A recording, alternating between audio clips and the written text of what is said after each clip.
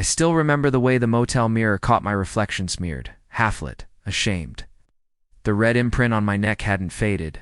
My lipstick was smudged. The air reeked of sweat and sin, of things that couldn't be undone. My hands trembled. As I buttoned my blouse, each button a lie threaded into cotton. When I picked up my wedding ring from the nightstand, it seared into my palm like a coin straight from hell. An hour later, I was in my own kitchen, standing at the stove, searing. Mark's favorite ribeye, mashing potatoes with too much force. The scent of garlic and rosemary trying to erase the memory of another man's touch. When Mark walked through the door, he wrapped his arms around me, murmuring, "This smells amazing, baby." My body flinched. I smiled anyway. I stirred the potatoes and let silence be my lie. Before I take you deeper into this story, I just want to say thank you to everyone who has subscribed to this channel. You have no idea how much your support means. And if you're new here, welcome. If you haven't yet subscribed, please consider it. Your one click is the fuel that keeps stories like this alive. Can't wait to read your thoughts in the comments. Now, let's begin again. The motel room wasn't even nice.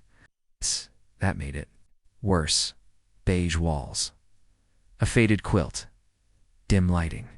The kind of place people went when they wanted to disappear. When I walked out of there, my legs ached not from pleasure, but from shame. Ethan didn't walk me to my car. He never did. That was part of the arrangement.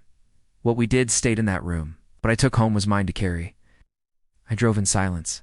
The highway smeared and fast beneath my tires. Each traffic light felt like judgment.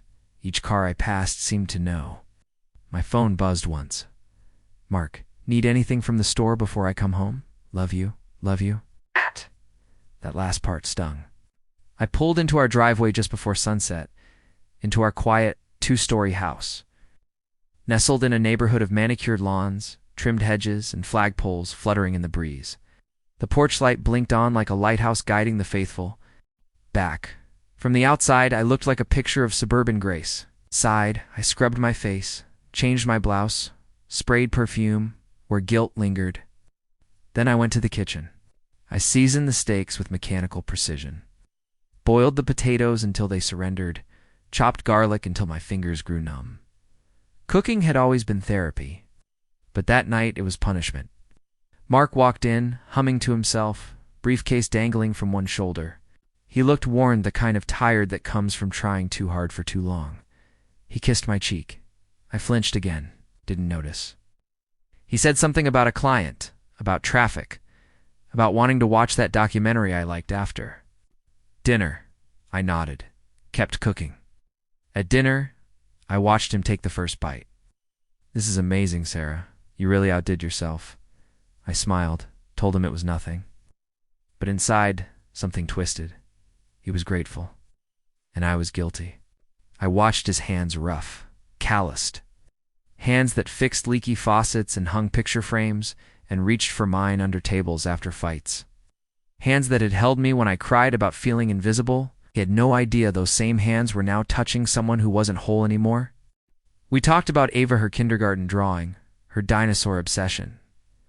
I asked how therapy went last week. Said it felt good that he was learning to show up more. He was trying to fix our marriage. I was breaking it. I excused myself and went to the bathroom, looked in the mirror. That same woman from the motel stared back. But now, she wore a housewife's sweater and pearl earrings. I touched the spot on my neck where Ethan had kissed me like he owned me. I touched the same place Mark used to kiss when he came home late. 2 men, 2 lives, 1 body. Guilt should have stopped me after the first time. It didn't, because with Ethan, it didn't feel like a mistake. It felt like escape. It's like oxygen.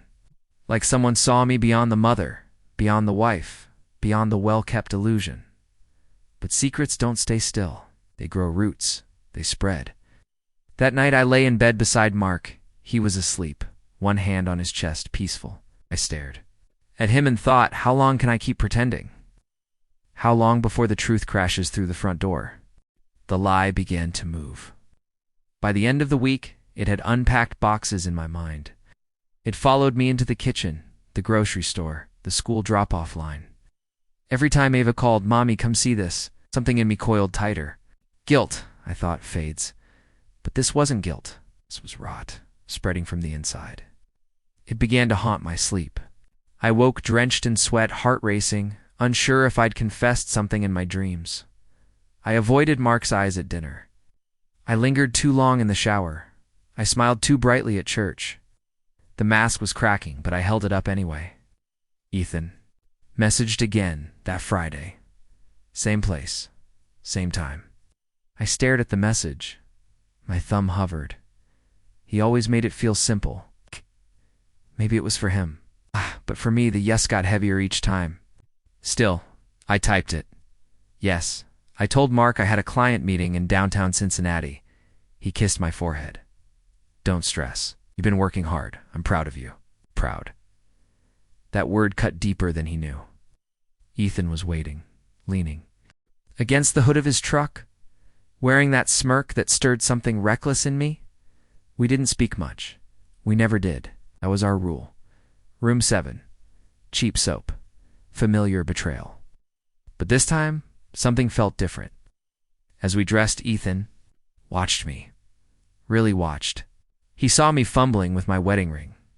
You keep doing that, he said. What? Taking it off like it means nothing, but your hands shake every time? I hated that he noticed. Hated more that he was right. I left without a goodbye. Drove home with the windows down, hoping the wind could blow away what I'd done. When I turned onto our street, my stomach dropped. Mark's car was already in the driveway. He wasn't supposed to be home. I walked inside. Found him at the kitchen table, holding my laptop. His face was pale. His eyes had changed. Your email was still open, he said. I saw the messages. Ethan, room numbers. The lies. I froze. He stood up, like the chair might poison him. I've been here. Showing up at you. You were gone before you ever left this house. I couldn't breathe. All my rehearsed excuses dissolved. I don't even know why I'm not yelling, he said. I just feel hollow. Like something died, and I'm only now seeing its bones. Ava laughed upstairs. She had no idea her world was breaking. Mark looked at me one last time.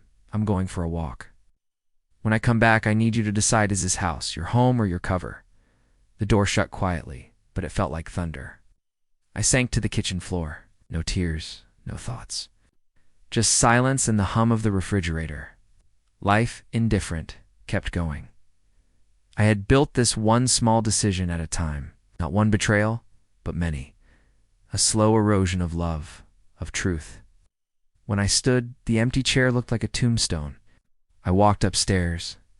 Checked on Ava. She was curled in blankets, a cartoon humming on her tablet. She looked up and smiled, innocent, untouched. I kissed her forehead and stepped into the bathroom, and that's when the mirror finally spoke. Looked at myself freely, looked. Not the hair, not the pearls, not the painted smile. Just the woman alone. Who are you? I whispered. The reflection didn't answer, but I knew. I was the woman who cooked dinner with another man still on her skin. The woman who traded a faithful husband for $5 motel linens. A woman who swore she'd never become this woman. I opened my journal drawer and started writing, not to confess, not to explain, but to confront. Mark returned that night.